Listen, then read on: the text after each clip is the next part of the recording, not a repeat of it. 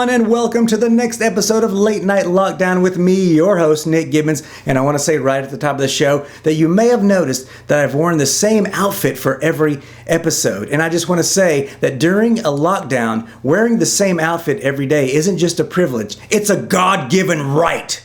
All right, let's get into the jokes, guys. I watch a lot of the news. I read a lot of the news to get these things. These are actual stories. I just want to let that be known. I saw that in Washington state, a man was arrested after leading police on a high-speed car chase around his neighborhood, resulting in damaging several parked vehicles. Now, when the police finally pulled him over, the man had his dog in his lap, and he told the police that he was trying to teach the dog how to drive. Well, the police promptly ripped the dog out of the car and rubbed its nose in all the dents on the parked cars because that's the only way he's going to learn. I saw that in New Hampshire, a community banded together to bring food to a family's beloved pig to help feed it because they were having trouble feeding their pig. And I thought that was such a sweet story because if things go a little bit more sideways in about a week or so, that pig can return the favor. So that's a nice, sweet, heartwarming tale. A tale as old as time, if you ask me. In Michigan, a driver swerved to miss a raccoon and rolled his car. Now, police arrived on the scene, and when they announced that no one had actually been injured, they heard the raccoon exclaim, "I'll get you next time, Dave!" And then he threw a smoke bomb down and disappeared. Raccoons. I mean, you can't trust them. They wear those masks. All right, in Nebraska, a family was going to throw a big birthday party for their 4-year-old, but then the pandemic happened, so they had to cancel it. And instead, they had a drive-through birthday party, which became a big event in the neighborhood, something that the 4-year-old will have no fucking memory of because he's fucking 4 years old. What is the point? And finally, I saw that CNN is officially changing their name to Corona News Network. I think it's an apt change, if you ask me. I've watched it, and that's all they talk about. In fact, I had to turn TV off because that's all TV is now. Welcome to the show, guys. I'm excited for our first guest. He is a friend of mine, a local comedian, an improviser, an actor. He's an amazing talent, and if you ever get a chance to see him live, go out and do it. He does hysterical character pieces, and he's a lot of fun. And he's one of the nicest people I know, so that's always good. That's what I'm trying to do with these things. Fill it up with nice people, friendly people to help you take your mind off of your daily turmoil and trog. So let's, trog? I don't know what that word is, but I'm sure I was trying to say something. Let's go on to our first guest, everyone. He's sitting over there in the City Down area. We're going to go talk to him right now, Mr. Jon Mangan. Come on, guys. Let's go. All right. Welcome to the interview section of the show. I am here with a good friend of mine. Can I say that? Can I say friend? Heck yeah. Okay, good. Jon Mangan. He is a wonderful improviser. He is a comedian about town. He's an actor. He's just a great guy, a lot of fun to be around. I decided, I want fun people on this show. I want talented people on this show. The first person I thought of, well, there's a list, and Jon was on it. But I don't want to tell you where you were on it. No, that could potentially be devastating for the remainder of the interview, which has only just begun. I know, we're just starting in. We don't want to start off on a bad foot. To be honest, I'm kind of thinking, where am I on the list? I might be able to write that list for you. For the first, definitely, you go Mark Kendall, right? No, Mark Kendall hasn't made the list yet, honestly. But I might. He's near the list. I know Tara, right off the bat, Tara Hawks made the list. Now, see, you're assuming it's a big assumption that I'm only asking improvisers and local comedians. This could be a worldwide list of people that I know from all over the world. Let me get to number 3. Oh, okay, then. Rhea Wilson. Rhea Wilson? I don't know who that is. What's Tom Hanks' wife's name? Oh, I thought she and Tom Hanks had passed away. No, I hear they're doing really well, and I think it's Rita Wilson. But then I had to second guess myself because I was like, is his wife's last name A, not Hanks, and B, the name of the volleyball that he's friends with in Castaway? Well, I will say. She is a dirty actress, and they usually don't change their name because they're selfish. So I'm going to guess that it's probably not Hanks. No, I don't know her, though. I don't know her. It could be Wilson. It could be Zoltar. Her last name could be Zoltar. Oh, from Big. From Big, yeah. I mean, I think that her father was probably, wasn't he the CEO and founder of the Zoltar empire? And that's where she got all her money, I think. Yeah, it's how she got all her money, exactly. And she funds all of Tom Hanks' political campaigns. Yeah, and the likeness of the Zoltar thing is her great-grandfather. Her great-grandfather actually was Zoltar. He was a mind reader. He had magical, supernatural powers. And then the family then took that on and went into carnival games and novelties. Have you caught yourself, this is a question, I don't want to talk about the world situation too much because it's depressing and this is supposed to be fun, but have you caught yourself occasionally any scratch in your throat or your forehead's even the slightest bit warm and you've written yourself a death warrant? Have you gotten to that point yet? Yeah, I've been at that stage for about a week, but I try to compartmentalize it. I try to say, okay, you're allowed to worry for an hour, and then you just got to keep your head down and keep it going. But yeah, I mean, I look at the other signs. I'm like, hey, look, the pollen count has never been higher. You're drinking every night. You're just destroying your body in other ways. It's funny to me to think that everyone literally right now is living the same life as me. Like you just described my day. So. Dealing with pollen and alcohol? Yes. Well, it's interesting because everybody leading the same lives, everybody has become, and maybe they always have been, a content creator. There's never been more content either commercially available, but then even people I didn't know this guy was funny. This is a hilarious TikTok. Yeah, yeah. All he needed was time to not commute, and he's hilarious. I know, exactly.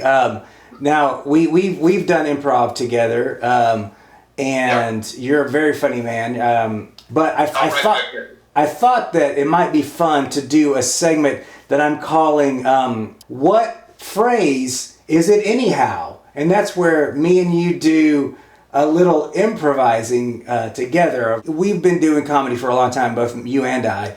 And I think what we've discovered is there's nothing funnier than taped improv. Yeah, exactly. Especially when both parties are, not in the same room or in the same city. Yeah. It's just the world we live in. I mean, not to bring it back, but the thing on Fox last night, the iHeart radio concert was just like, you just see, Billy, what's-his-face from Green Day just sitting in his laundry room. You know what I'm afraid is going to happen is all these producers that spend millions of dollars on things are going to realize that all they need is a webcam and a famous person, and they're going to stop giving us money.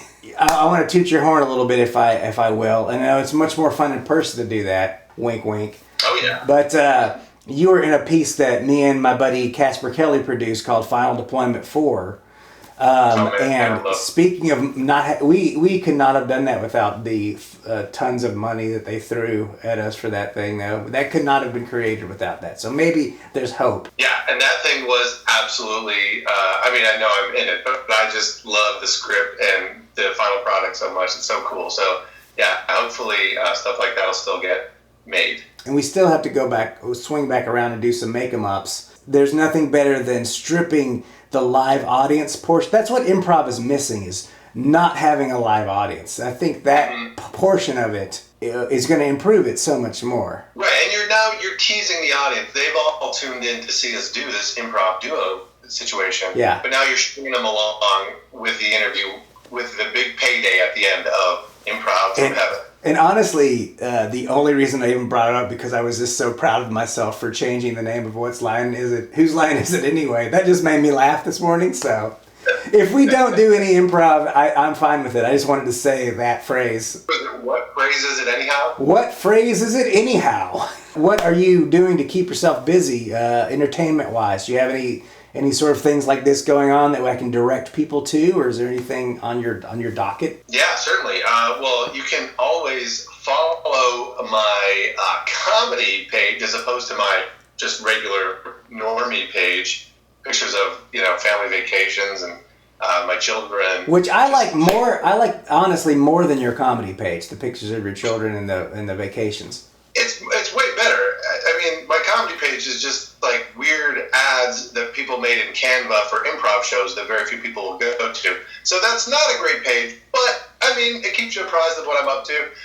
So it's at John Mangan Bits on Instagram.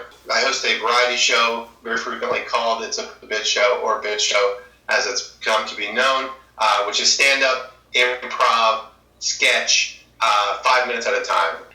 Also, you can follow Instagram at Magic and Bird Forever, which is a venture that I went into with the aforementioned Mark Kendall. Yes. Who didn't make that early on list. I'm telling you, he's circling the list. He was always... He's circling.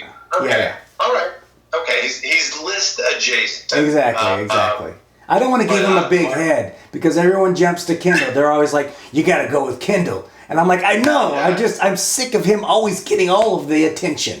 Because he's so fucking talented. He's so fucking funny. Everyone loves him. He's the nicest guy you'll ever meet. Besides you, of course. Wait, so even in your own private list that you're making, you're spiting Mark because you don't want him to get a big head. I don't. I use him a lot because he's funny and he's a wonderful guy. And I'm like, you know what? I'm going to throw a bone to the people that aren't as funny and that aren't as talented.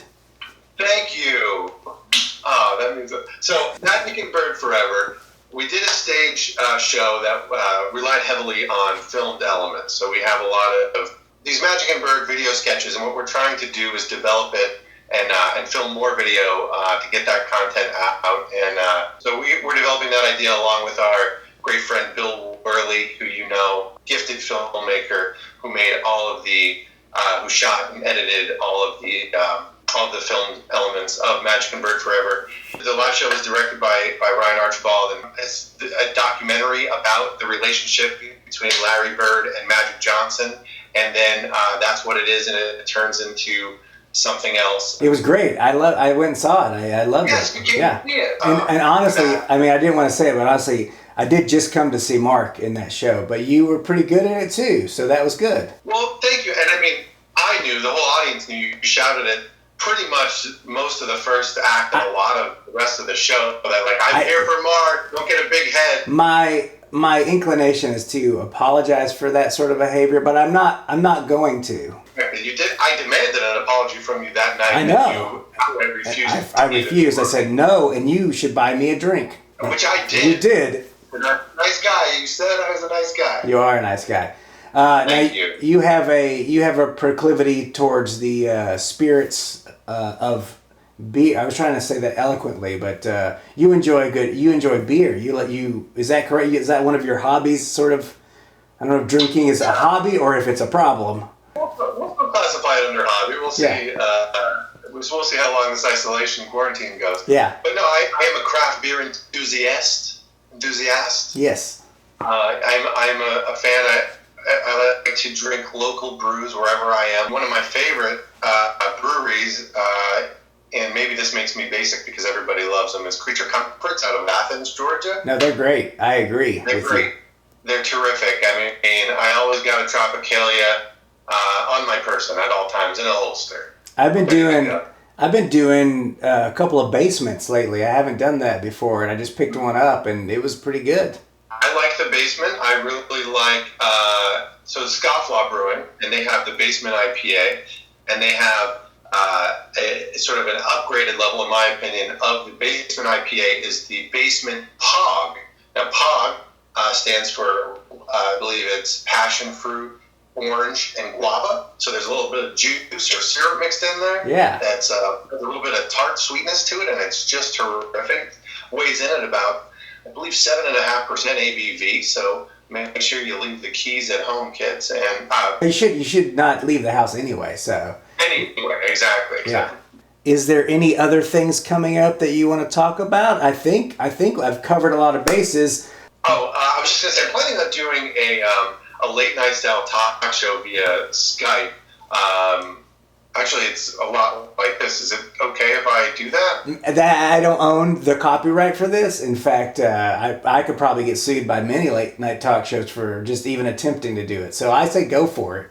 Spread those lawsuits out. I'm recording this right now, actually. So actually, legally, I have to let you know that I'm recording this. Okay. Do you agree with that? I agree with everything. Okay, great. Always. Great. Okay. That's the number one tenement of improv is to agree with everything. Which gets you into a real legal bind, oftentimes with contracts involved. You shouldn't mishandle a legally binding document. I have killed people because of this. Someone asked me to.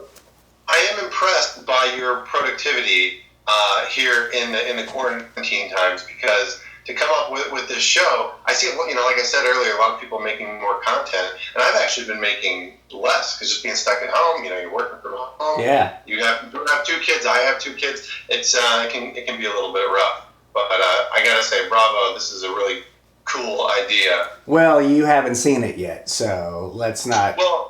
Okay, here's what I want us to do, a little make 'em up. It's called a 3-line scene, and that's where you do a scene, and you can only say 3 lines, and you have to create a world, and you have to create characters, an environment. It really paints a picture for the audience in only 3 lines. So, and I'm gonna give a suggestion for us. Are you ready? Nighttime. And I'll let you. You want to start, or you want me to start? I'll start. Okay. Good morning, Dad. Son, it's nighttime. Oh, I better take off this blindfold. And scene.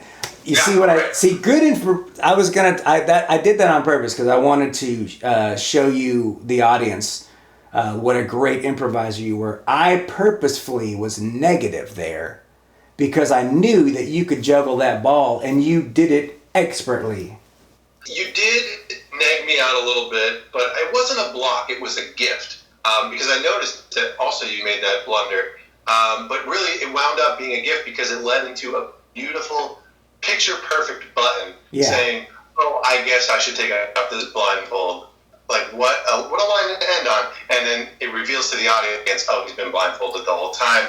I get it. Yes. And that's another thing I did expertly, was trick you into going first, so I didn't have to come up with the button, because that is the hardest part of a scene. Oh, you did trick me into going first. I was like, oh, I'm going to definitely go second, and you're like, oh, I can do it, you can do it. See? You just were laughable.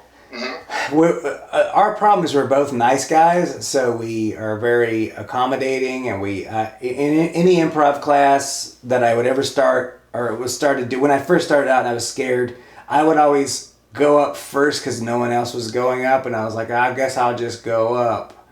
But it makes you bolder. It turns you into a bolder improviser, I think, with that sort of being because improv is being nice, being kind, listening. So we were sort of suited for it because of our personalities. Yeah, nice guys may finish last, but they always go first. Exactly. Yeah. So, and Nick is, for those of you that know him, because I'm sure everybody that's watching is like a neighbor or a relative, he's a very nice guy, one of the nicest guys I've ever met. Thank you. Full of hate and spite, but I keep it on the inside. I know that too. I've seen your book of lists. Oh yes, and who is and who isn't on them. Yeah, you have lists of people that you will not be putting on other lists. Yes, it's a whole system of moleskins and notebooks. It's wild. That's right. Well, I want to thank you for being on the show. I appreciate your time, and I just want to tell everyone this is John Mangan. I want to say your name again right at the end of it.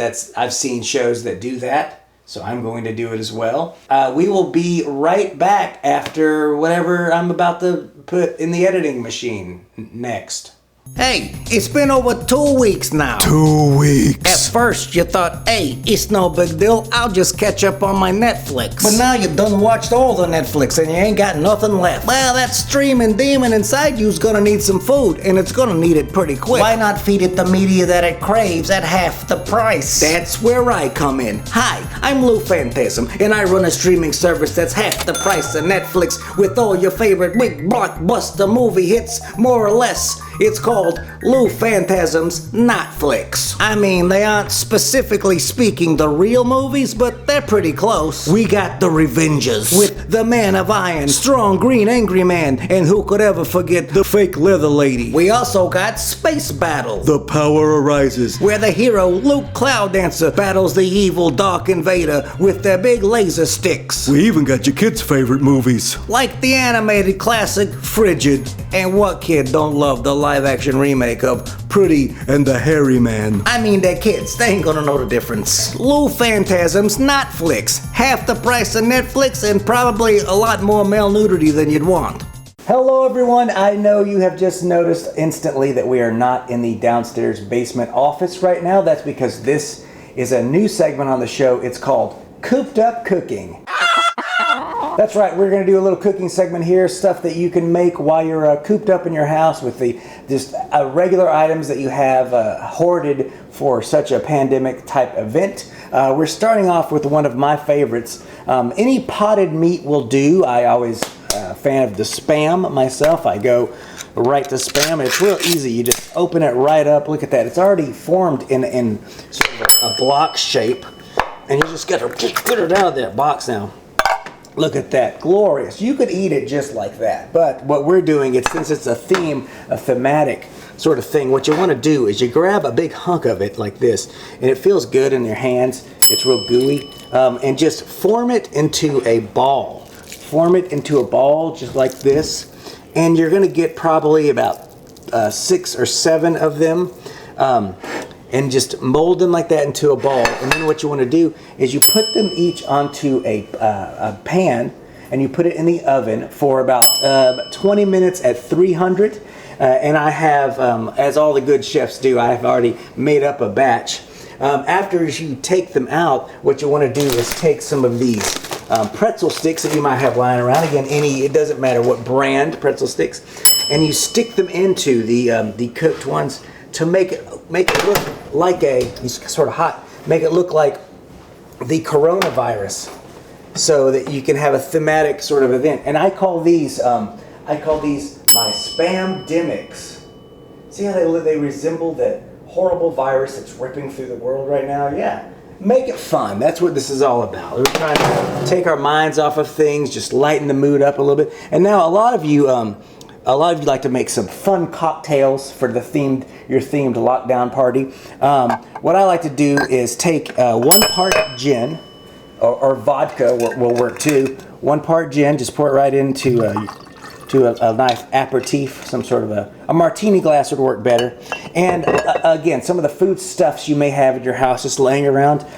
Pickles. I'm sure you've been gnawing on a jar of pickles for a while. And see, we're almost done with this one. It only took us like a week to get rid of those. Just pour some of that pickle juice in here, and then you've got yourself a delicious themed cocktails. Now I call this one a quarantini. It's great. It's delicious. Trust me, you're gonna love it. And finally, the last recipe on the list. Now, this is a real easy recipe. There's only one ingredient. It's a little whiskey.